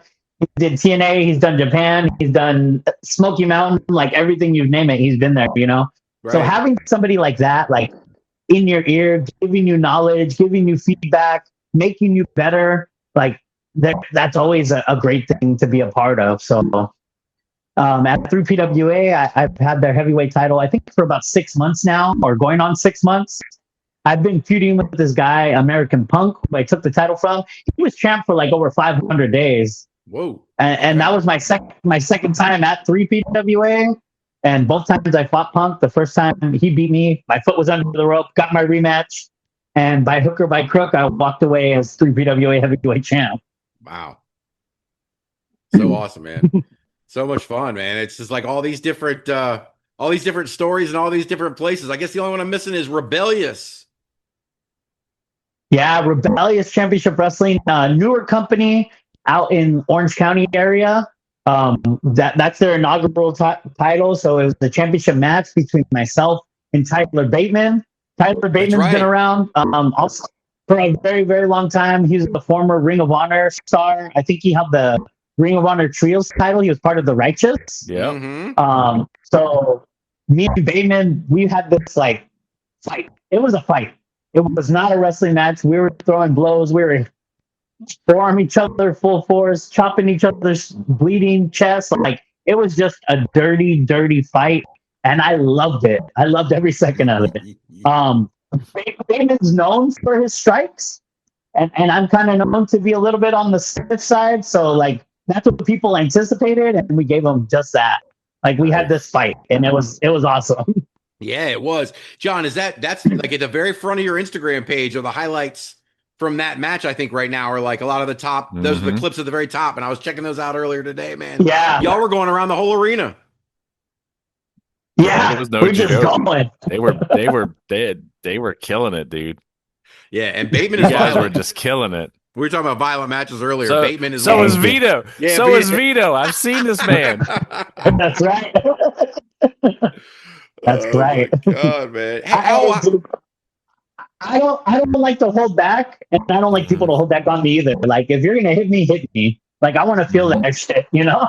Yeah, that's awesome, man. How old are you, Vito? I'm gonna be 39 in March. Okay, so this 10-year run, you were just about to turn 30 when this kicked into high gear before. What do you think about what does the next 5 years look like for Vito Fratelli? The next 5 years looks like it's continuing to grow. I see myself in 5 years, like the places I want to be, the places that I intend on being are places like AAA, who I've worked for before, but really getting back on that radar. NWA, would love to be a part of NWA and their programming, NWA Power, and then MLW. Like those are my goals in the next 5 years. And that's where I see myself. I've worked with every single one of those guys and every single of those companies. And I know I have what it takes to be part of that. So like, that's my goal. That's my radar. That's where I have my eyes focused on. And that's where I plan to be in the next 5 years. Very cool, man. Awesome, brother. The WWE having taken over, bought AAA recently, has brought a lot of their characters, a lot of their personas to American eyes for the first time, which is weird because we're so close, but a lot of Americans are seeing AAA for the first time. Who have you worked with that's in AAA that, folks should really, really check out? The people I worked with that are in AAA right now are like Hijo de Octagon, who's a great guy, great worker. He was their former Latin American champ. He lost it to Hijo de Wagner, who's I've also worked with. Dr. Wagner Jr., his son. He's actually a third generation wrestler. Wow. And I've got to share the ring with him. He's great. I've worked with Psycho Clown a few times. He's their tag champ right now. And I've got to work with Psycho Clown in different places, different companies. He's an amazing character, great wrestler, like also second generation from the Alvarado family. Who else? Laredo Kid. I've got to work with Laredo Kid a few times. I've worked with him in LA. I've worked with him in Texas. He's their current cruiserweight champ. Lindsay Dorado, who's part of WWE, but has been doing AAA recently. Got to work with him before. TJ Perkins, who just debuted in AAA. I've worked with him like countless amount of times. Who else that's in there right now? Dragon Lee, Penta. Obviously, like Penta is a little more known than the other guys because of like he's been on WWE programming regularly for the last year or so. But so much of that AAA talent I've been able to work with. I've shared many locker rooms with, car rides, etc. But like pretty much all their champs, like I've been in the ring with. That is amazing. That's awesome, man. I bet you have so many stories, man. We're gonna have to have you back on to tell some stories from the road in Mexico and from all this other stuff. Once I get to that 10 belt, bring me back on. Oh hell yeah, Absolutely. man! Yes. I want that picture to be the promo for the episode, man. The belts out wide. Yes, sir. Hell yeah, man. Well, listen, as we're winding down, I think I'm gonna turn you over to John for a second. John, you got any questions for my guy? Vito. So one of the things a little segment we like to do, we just ask some just random, just goofy stuff, right? We hear all of your technical stuff and all your awesome stuff you got going on. We just ask just some goofy stuff. So if you'll indulge us, man, we got a couple of questions for you, and hopefully we get some good answers from you. Nice. So first thing we ask, what's the funniest thing you've overheard a fan yell during one of your matches that almost made you break character? Man, being a heel, like you're getting heckled like crazy, right? So I've literally heard it all, seen it all. I've had trash thrown at me. I've had beers thrown at me. I've had people jump the guardrail. I've been pushed. What? I've been smacked. What? I think right now in a lot of places, like the easy thing to do is I'm Italian. I'm a little on the heavy side. They call me Meatball. I have fans come out with Vito as a meatball. I get the meatball chant going, Oh, that is awesome. That is awesome. Yeah. That's cool. And I love it. I love it because I know, I got them. Exactly. That's right. 100%, man. Oh, that is cool. Meatball. Okay, so how about what's the most embarrassing thing that you've accidentally blurted out while taking a bump? You took a bad bump and something came out and you didn't even before you even realized it. Dude, so maybe not words, but I've done two pretty embarrassing things off of bumps. One I'll let you imagine. I know one time I was sick, wrestling sick. Took like a Hurricane Rana, front bumps, went to the outside. As soon as I roll out the ring, threw up all over the ring. Oh no. 5 seconds later, catch a dive. Oh, that's rough. Oh my gosh. Yeah, dude. Oh, yeah. Whew. Oh, that one. Ooh, that's a tough one there, Vito. That's a tough one. Yeah, man. All right, man. Well, I got one more for you. So no control. That's oh right. my gosh. Oh God. So I got one more for you. You've really been everywhere, dude. And you're going to be going to so many more places in the next couple of years.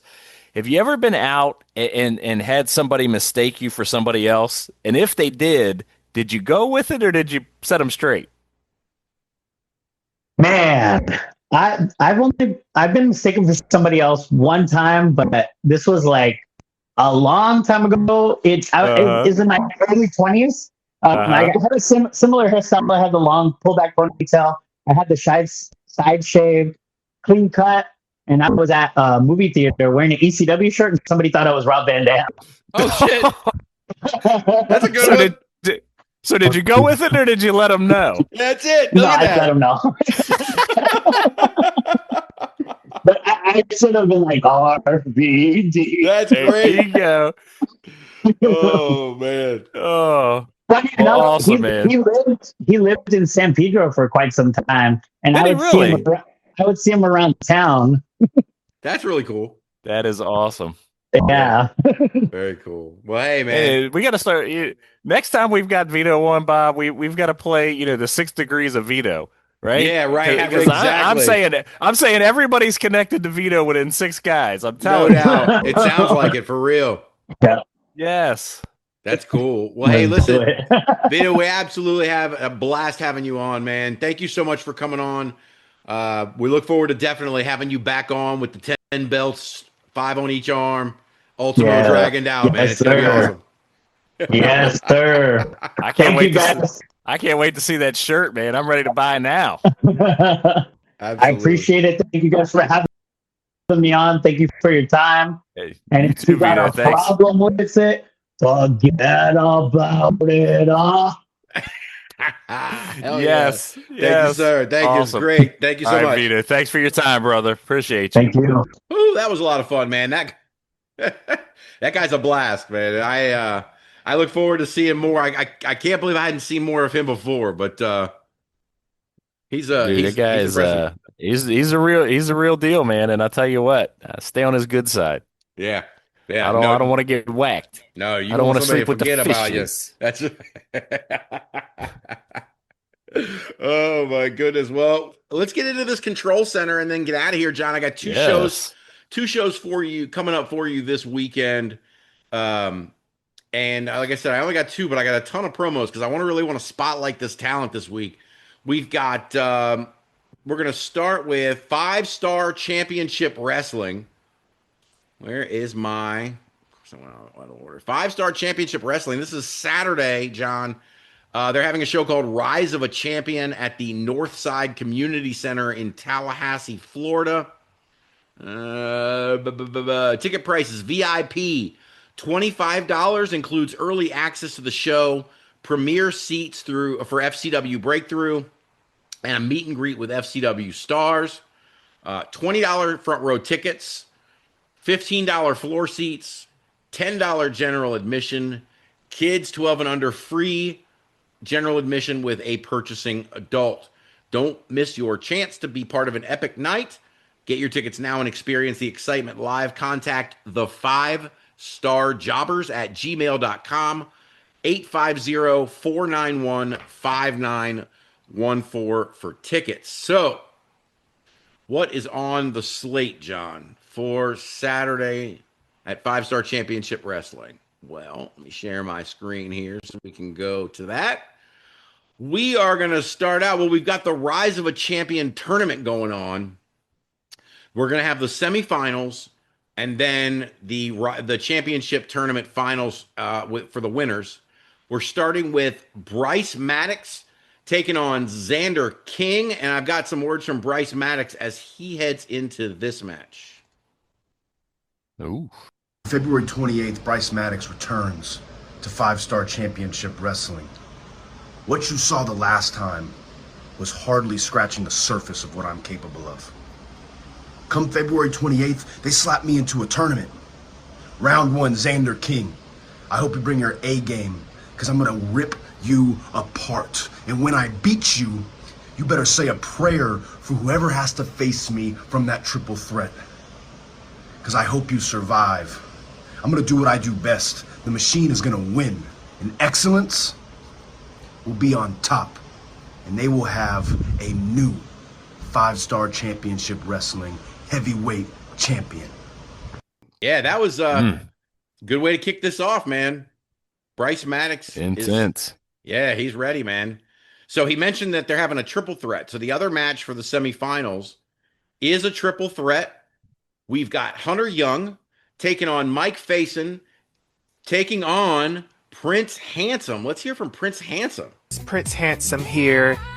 And on February 28th at the Northside Community Center, I get one of the biggest opportunities because I get a chance to be the inaugural FCW champion.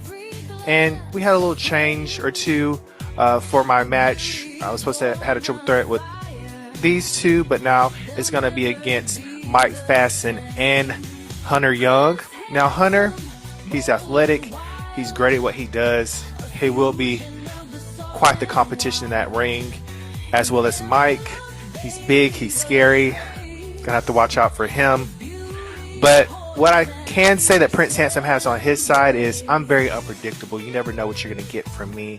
So you gentlemen better watch out because I will advance and go on to challenge for that FCW championship.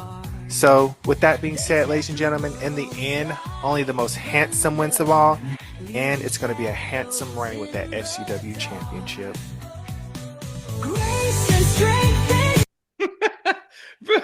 I love that song, man. Dude, That's the best. Is awesome. So, Dude, is that not that right there? Is that not what we talk about WWE missing so much right now? yes. That starts playing, you know exactly who you're getting. Exactly, WWE's got the, just terrible. Oh, I that love was this awesome. show, WWE's music, terrible. Yeah, whoever wrote the Prince Handsome song, man, someone needs to find them and take it. That's great stuff. Yeah. So good. Oh, so let's see. So then we got those two matches. Then they're gonna advance to the Rise of a Champion tournament finals. They're gonna crown an FCW champion.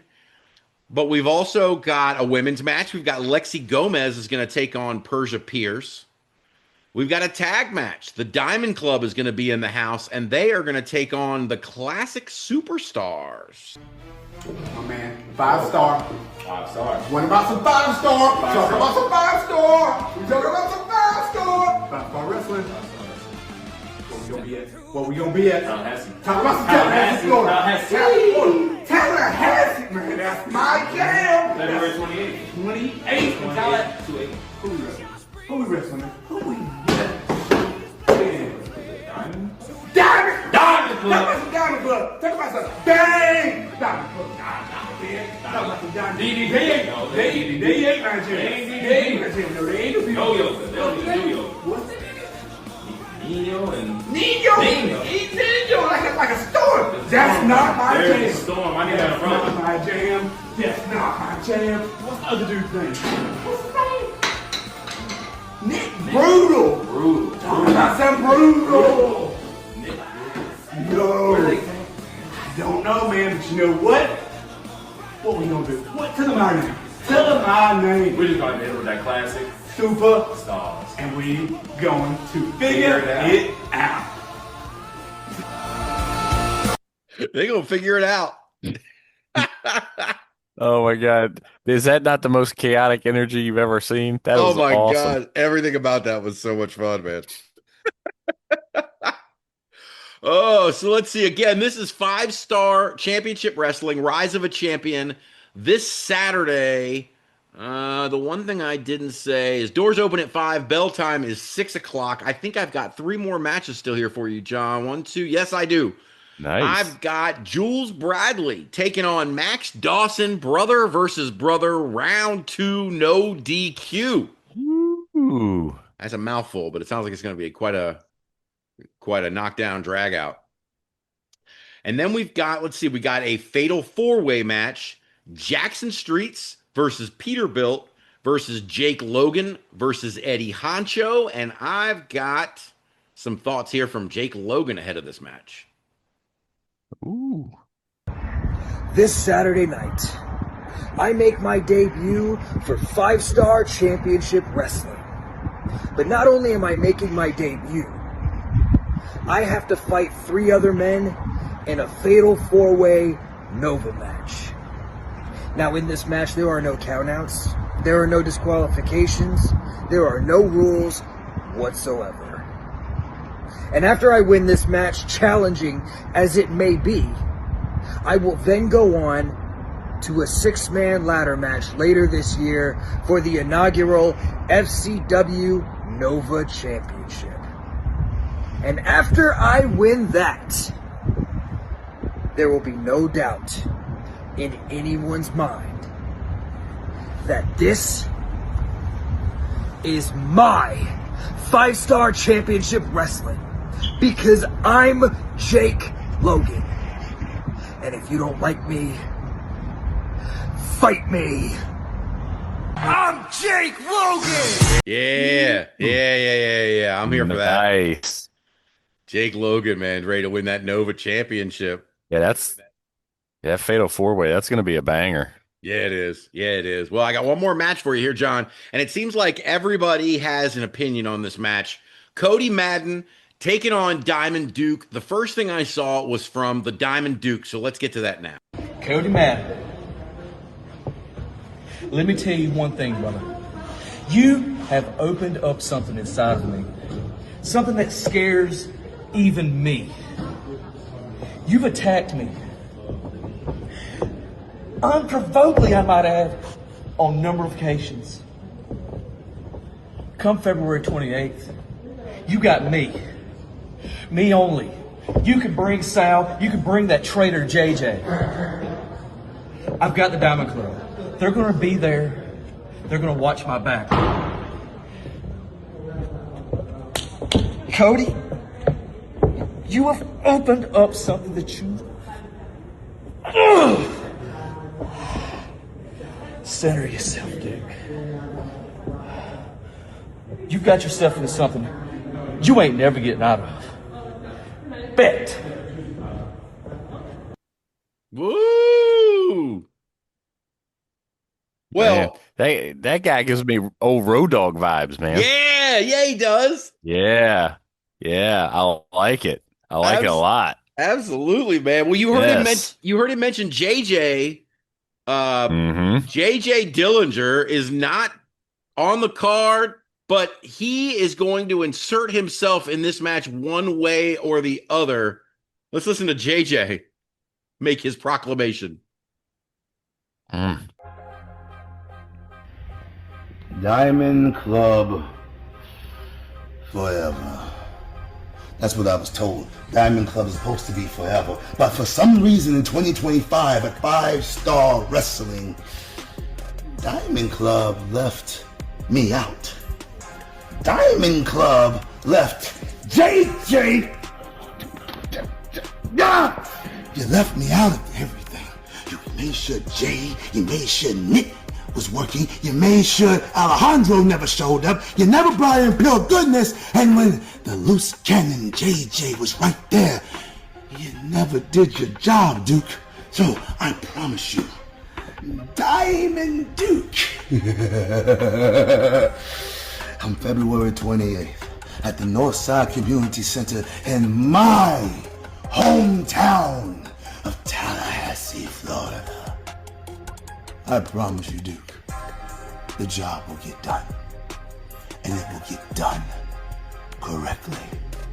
For I am JJ Dillinger. And I will suffice. Loser. Yeah. That guy is going to get all up in that match. That is one of the best. I just need him to do voiceover work. I just want to listen to him do promos for the rest of my life. That guy is awesome. He is, man. Just smooth. You know what I mean? Like, he was just talking. Whatever's on his mind was just coming out, and it was gold. Dude, that is the definition of menacing. Yes. I love it. 100%. Again, guys, don't miss this weekend. 5-Star Championship Wrestling, Saturday the 28th. Doors open at 5. Bell time 6 o'clock. Contact the 5starjobbers@gmail.com or call 850-491-5914 for ticket information. I got one more show for you here, John, and this is Pride of Wrestling. They are also having a show on Saturday, and it is called... Sorry, I thought I had my audio up by accident there. Sorry, Pride of Wrestling is having a show on Saturday called Cracks in the System. It's going to take place at... Where's my thing going down here? At the Seminole Recreation Division in Seminole, Florida.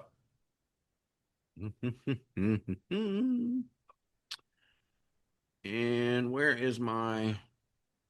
Here it is. Saturday, February 28th, 5 p.m. The POW Pride of Wrestling VIP experience starts at 4 o'clock. This is Pride of Wrestling presents POW 44, Cracks in the System, Seminole Recreation Center, Seminole, Florida. Tickets on sale at www.prideofwrestling.com. What do we got on this card, John? We've got Alyssa Rios is going to be there taking on Ivy Mercer. And we've got Mo Malik taking on Slade Porter. John, let me introduce you to Slade Porter. Yes, please. Malik, I found out about you. You, Mo Malik, are not a real Moroccan. You want to know how Private Eye Slade Porter knows? Because I scoured the web. I went to your letterbox, and you have never logged Casablanca. How can you be a real Moroccan if you've never seen Casablanca? Humphrey Bogart? Play it again, Sam. No, none of this ringing a bell. Well, I'm gonna ring your bell.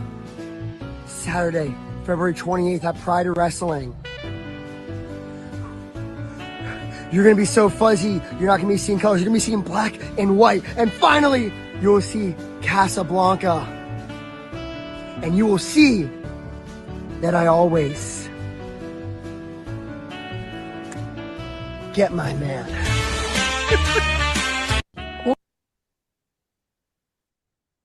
Slade Porter, man. I love a trip. The magnifying glass, man. This shit is so great. Oh. How you call yourself a real Moroccan? You've never seen Casablanca.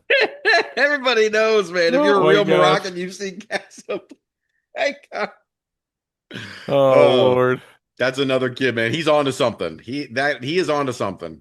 And it's a good character right there. It is, man.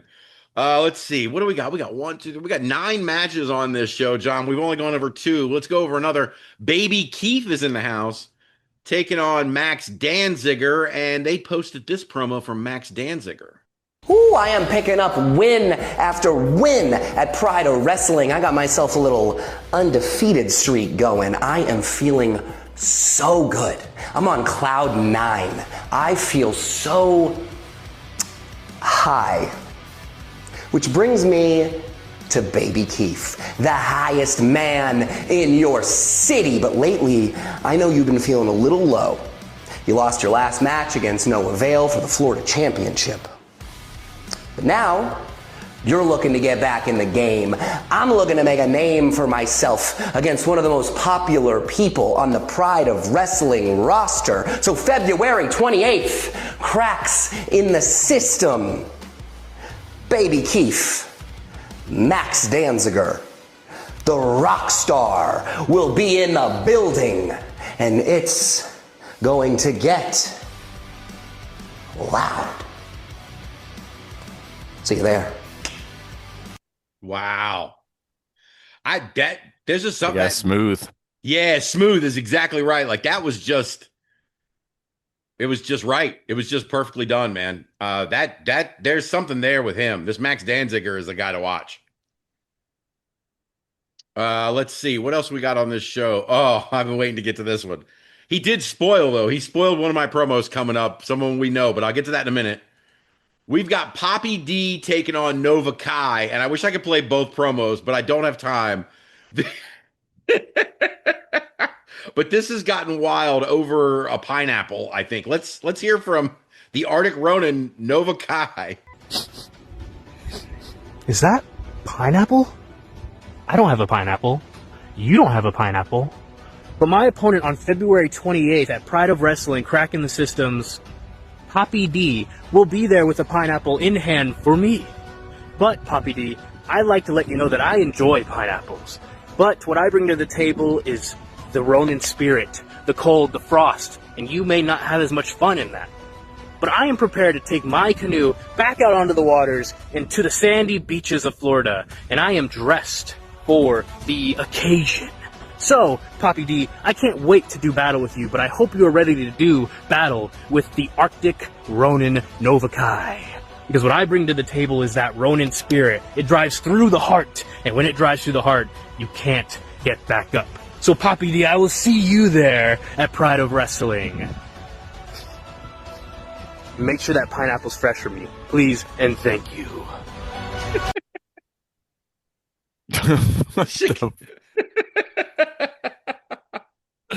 I can't. This shit comes down to a pineapple, bro. Please and thank you. Oh. That was the most polite "I'm gonna kick your ass" I've ever heard. Wasn't it though? Oh my goodness. Let me see. 1, 2, 3, 4 matches. We got 5 to go, John. We got a tag match. LSC is gonna take on Larmeria. I've got these guys. I think I pronounced it correctly. Let's see if I got that right. Larmeria. Hey, DJ, did you see the Facebook post from Pride of Wrestling, February 28th? La Maria versus who? Salazar de la Muerte and Romeo Guerrero, La Sangre Controversial. Now, I don't know if you really know much about those guys, so I'll explain to you about one person I know specifically. Why? Because he was my very first match. You see, 4 years ago, Salazar, you were the reason why I had the mindset to prove to everyone in this industry that I could step up against some of the best in this business. And some of the best in this business just so happens to be your tag team partner, Romeo. We've heard and seen everything you guys are capable of, and we also saw and watched you guys lose the Pride of Wrestling Tag Team Championships. But you're former champions. That's a huge escalade, and we know what you guys did to make those titles relevant. But now, we're going to make ourselves relevant when we defeat you guys and step up our game because we want to become Pride of Wrestling Tag Team Champions. Okay, so I guess I pronounced it close to right. And you got it close, man. And you notice I went with LSC as opposed to La Sangre Controversial. So, I was trying to keep my pronunciations right. There you go. I'm just going to stick with LSC. Oh, my goodness. So, let's see. 4 more matches, all title matches from here on out. Here we go. Women's Championship, John. Catalina Perez, the POW Women's Champion, is going to take on Tiny Tenali. Have you got to see Tiny Tenali yet? I have not. Yeah, well, all right. Well, let's watch this promo because I'm just a huge fan of Tiny Tenali. Let's see. Here she is. February 28th, the Suplex Queen, Tiny Tenali, makes her long-awaited Pride of Wrestling debut. And I'm not gonna lie, I'm a little irritated that it's taken this long. I've been wrestling all over Florida and all over the United States for 5 years now, dominating every single place I go. So when I heard Catalina put out an open challenge for the POW Women's Championship, you know I had to jump at that. Because the Suplex Queen is never afraid of a challenge. I actually live for them. And I'm done sitting around waiting for a phone call or waiting for an opportunity. I'm here to take it, especially when it comes to the POW Women's Championship. Now, Kat, don't think I'm downplaying you. I've been paying attention. You've had some great wins against women like Izzy Moreno, Lexi Gomez, and even Mercedes Martinez. You've been on a win streak. But unfortunately for you, Queen Pin, you now have to deal with a true queen. One who's gonna break that win streak and become the new POW Women's Champion by taking you on the ride of your life and leaving you in the middle of the ring, broken, beaten, and disheveled. This isn't just a regular debut. It's the start of a new reign. The reign of the Suplex Queen, Tiny Tenali. The Suplex Queen is serious business. Oh, I like it. Yeah, no doubt, man. And listen, Catalina Perez is no joke either, man. Like, I saw Catalina Perez for the first time on one of the Shine shows probably 4 years ago. And then she got hurt and she was out for over a year. So it's great to see her back. That match has has potential to steal the show, guys. 100%. What do we got? 3 more. Tag titles are on the line, John. The Regulators are defending against the Desired, and the champions are ready. Quick little message to the Pride of Wrestling faithful and a quick little personal message to Mike Orlando. Mike Orlando, you had it right when you said you underestimated my brother, Jackson Slade. The little roll through for the pin. All those games, all those tricks, I'm privy to. I'm pretty sure that my grandfather wrote the book to that. And then you want to talk about being a pawn. The only pawn I know is the Xbox my grandfather pawned to pay the rent. You're fighting with a kid that's dirty, low down, and needs to get his hand on some money. And for my brothers here, the Desired, I promise to God, you're in trouble. As far as this Saturday goes, it's going to be business as usual for the old Regulators here.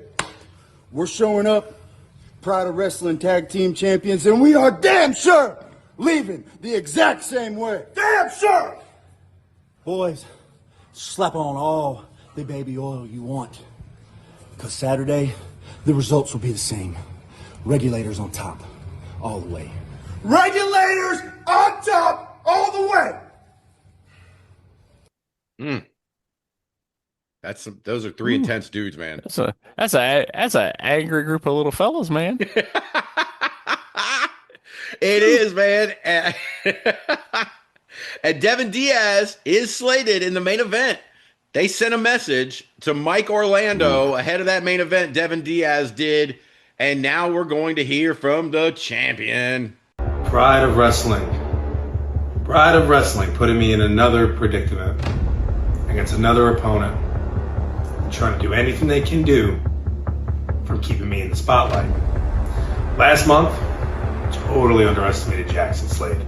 I did. I can admit that as a man. The guy was tough, the guy was rough, and the dude's a beast. I stand corrected. I do.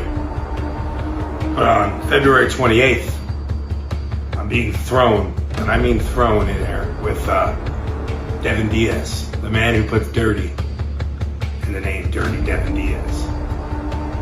Devin and I are no strangers to each other, inside and outside the wrestling ring. Fun fact, I've seen Devin at his best and I've seen Devin at his worst. Both of them are pretty scary. And so am I. And see, Devin, that's why I wanted to talk to you one-on-one. You know, we look at this, and this means so much to one man in that building. That's El Presidente, Robbie. And he wants to make sure that this man doesn't have this anymore. And what he does with that is he chooses these pawns to have to step in the ring with me. And that's what this is about. He's pawning you. He's pawning Jackson. No avail. All of them, he pawns them to try to do anything they can do to take this away from me. So each show, I keep showing up and doing exactly what I do best. I'm telling the truth. I'm telling the people the facts. And I'm showing the facts to you. Do you see how Robbie's acting now? Do you see the way he's acting? In fact, I hear the people in the crowd are starting to cheer for me. I'm not looking for that. The cheers, the boos, none of it matters anymore. I'm worried about me. And Devin, I'm worried about you. Because you shouldn't be in this predicament. And neither should I. So the facts will keep rolling downhill. The ball will keep rolling downhill. And the only person that will stay on the top of that hill is Mike Orlando. And I'm not going anywhere. Ooh, man. That was cerebral right there. Hey, the champ's letting you know. Absolutely. Right? My God, man. I tell you what, he's way more chill than those Regulators were, man. Devin Diaz is intense, but Mike Orlando is like, all right, we're going to do it. We're going to do it. And I don't know, looking at him, I definitely wouldn't want to fight Mike Orlando. No. Yeah. Well, I saved this one for last, John, because I think this person may have played more promos from this person on this show than any other person so far. So I saved it for last. The POW Florida Championship is on the line. Daniel Starling taking on the champion. John, you ready for a little no avail? Oh, love me some no avail. Starling, back from the dead. You want to try and take the Pride of Wrestling Florida Heavyweight Championship from me. See, there was a time back in the days when I first arrived at POW that I would sit in the back locker room and watch that tiny screen that would play all the matches with the rest of the wrestlers. And I would watch your matches in amazement and awe because you are pound for pound one of the best technical wrestlers that POW has ever seen. You are pound for pound one of the best professional wrestlers that the Southeast as a whole has ever seen. And it is a crime that you don't get the flowers you deserve. So by the grace of no avail, by the grace of Pride of Wrestling, by the grace of the Forgotten State, I'm going to put my POW Florida Heavyweight Championship on the line against you. And you want to know why? Because every single person that sits in the Pride of Wrestling crowd, the Pride of Wrestling audience, they need a masterclass in what professional wrestling looks like, Daniel. And you're one of the few people I know who's got that same sick mindset as me. I want us to put everything on the line. I want to show these people what the Forgotten State is about. I want to bring prestige back to this belt because this is the most prestigious title in all of Florida independent wrestling, and I want every single person to know it. So on February 28th, Daniel Starling, I want us to kill each other. I want us to put it all on the line. I want us to put on a match of the year contender because if you ask any of the boys in the locker room, the moment that this match was announced, it was already match of the year. But here's the thing. Times have changed. It's a lot different from when you were here. And yeah, when the marquee says professional wrestling, there may not be anybody else who does it better, but Daniel Starling, at the end of the night, just like Baby Keith, just like August Artois, the man you couldn't beat, you're gonna thank God for me. Never disappoints. Dude, how great is that logo right there? Right? No avail isn't over. Oh, dude, love it. Talk about fully fleshed out character, right? Yeah. No avail. 100%. Enough said. Yeah. I agree with you 100%, man. Like you said, we've played more no avail promos on this show than any other person. And it's because every time they come up, they're so good, so smooth. They're killer, man. Just like you said, man, that, when they say when you turn, the best characters are you turned up with the volume turned up to 11. That you can tell characters like that because they're themselves on the promos and they're not as hard. And you can just tell no avail is just comfortable delivering the no avail message, which is awesome, man. I'm here for it. No avail, man. All killer, no filler. Let's go.